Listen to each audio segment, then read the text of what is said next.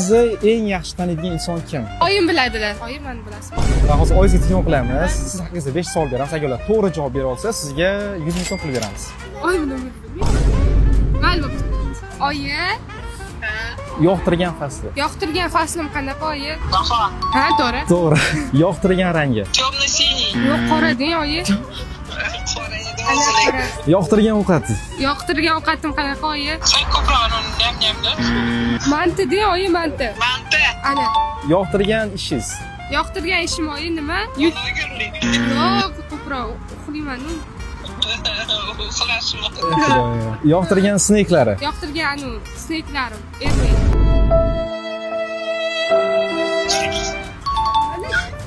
Yoqtirgan ashulachilari kim? Oyi, kaniverski? Kanives. O'yinimiz juda ham haqqoniy bo'ldi. Men juda ham xursand bo'ldim va bu son oxirgisi bo'ldi sizni qizingiz bilan.